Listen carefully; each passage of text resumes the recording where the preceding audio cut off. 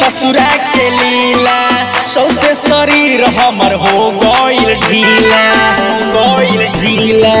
कैसे बताई सखी ससुरा के लीला सौसे शरीर हमर हो गइल ढीला का कहीं मर दर्द कबाड़ देले बा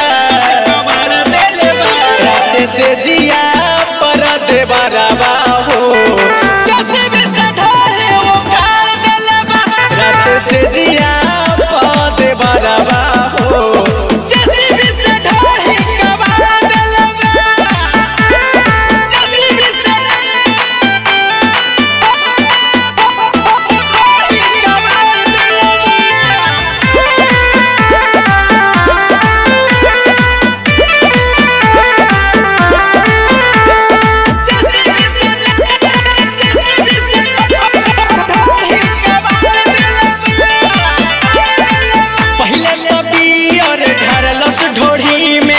बात में खुदलस काटी से एगो और ना रहे समियाना के चौक ढोड़िए में घोपत रहे पहले तभी अरे ढारलस ढोड़ी में ओकर बात में खुदलस काटी से होई भीतर ई दर्द बरियार देले बा रात से जिया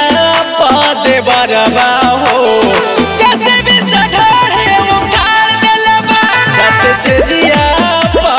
बरवा हो जैसे भी सधारे कबाड़ देले बा जैसे भी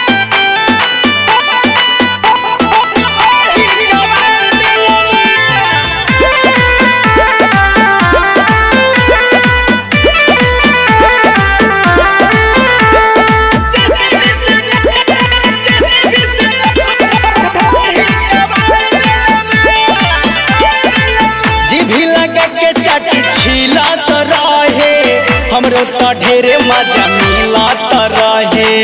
हमरो तो ढेरे मजा मिलत रहे जीभी लगा के चटी छिलत रहे हमरो तो ढेरे मजा मिलत रहे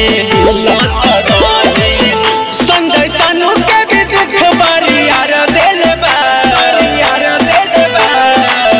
रात से जिया पा दे बरवा